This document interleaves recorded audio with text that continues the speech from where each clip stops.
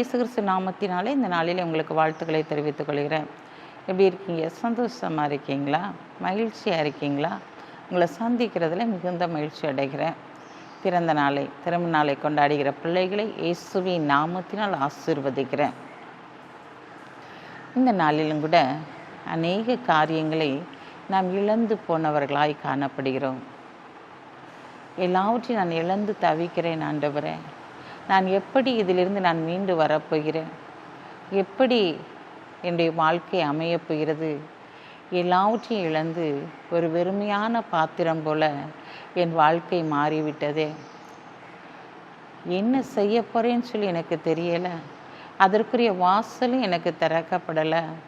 நான் யாரிடத்தில் போய் கேட்பேன் என்று சொல்லி நீங்கள் அங்கலாய்ப்போடு காணப்படலாம்.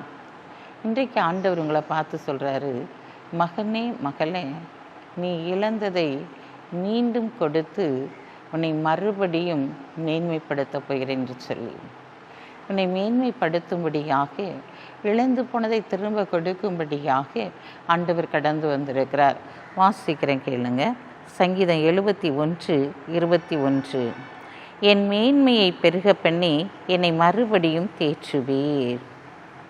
ஆம் பிரியமான சகோதரனே, சகோதரியே, உன்னுடைய வாழ்க்கையில் எதெல்லாம் இழந்து போனாயோ, எதிலெல்லாம் தோற்று போனாயோ, எதிலெல்லாம் நொறுக்கப்பட்டாயோ, அத்தனை காரியங்களையும் தேவன் இந்த நாளிலே விட்டு உங்களை மீண்டும் மறுபடியும் உங்களை மேன்மைப்படுத்தும்படியாய் கடந்து வந்திருக்கிறார்.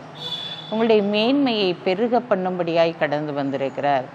ஏன்னா உங்களுடைய மேன்மையை அவர் விரும்புகிறார். என்னென்ன காரியத்திலெல்லாம் அலக்களிக்கப்பட்டு கொண்டு இருக்கீங்களோ அந்த காரியங்களெல்லாம் தேவன் உங்களுடைய மேன்மையை பெருக பண்ண போகிறார். இழந்து போன அனைத்தையும் மீண்டும் கொடுத்து மறுபடியும் உன்னை தேற்றும்படியாக, மறுபடியும் உன்னை உயர்ந்த அடைக்கலத்தில் வைக்கும்படியாக, கண்மலையின் வெடிப்புகளிலே உன்னை நிறுத்தும்படியாக இந்த நாளிலே கடந்து வந்திருக்கிறார். எந்த பிஸ்னஸில் உடைந்து போனீர்களோ, எந்த பிஸ்னஸை இழந்து போனீங்களோ, அந்த பிஸ்னஸிற்கு பதிலாக தேவன் இந்த நாளிலே ஒரு பெரிய பிஸ்னஸை கொடுக்க போகிறாரு.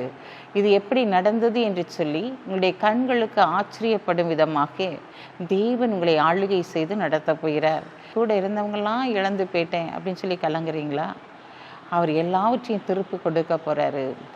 என் பிள்ளையை நான் இழந்து போய் நிற்கிறேன்னு சொல்லி கலங்குறீங்களா? உங்களுடைய பிள்ளையை திருப்பி கொடுப்பார். எங்கே போவார்? நம்ம ஆண்டவர் நம்ம கூட இருக்கிறார் இல்லையா? நிச்சயமாக நீங்கள் எதையெல்லாம் இழந்து போய் நிற்கிறீர்களோ அதையெல்லாம் மீண்டும் தரும்படியாக, மீண்டும் உங்களை தேற்றும்படியாக அவர் கடந்து வந்திருக்கிறார். பயப்படாதீங்க. ஏன்னா நம்முடைய தேவன் பொய் சொல்லுகிறவர் அல்ல. அவர் மனமாற ஒரு மனுஷனும் அல்ல. நான் இதனால தான் சொல்கிறாரு, உன் மேன்மையை மிகவும் பெருக பண்ணி உன்னை மறுபடியும் தேற்றுவேன் என்று சொல்கிறார். அப்போ அங்கே ஏதோ ஒரு மேன்மை இந்த நாளில் கீழே விழுந்து போயிற்று. நீ இழந்து போயிட்ட ஆவிக்குரிய வாழ்க்கையில் நீ இழந்து போன காரியங்களை மீண்டும் அவர் பெருக பண்ண போகிறார்.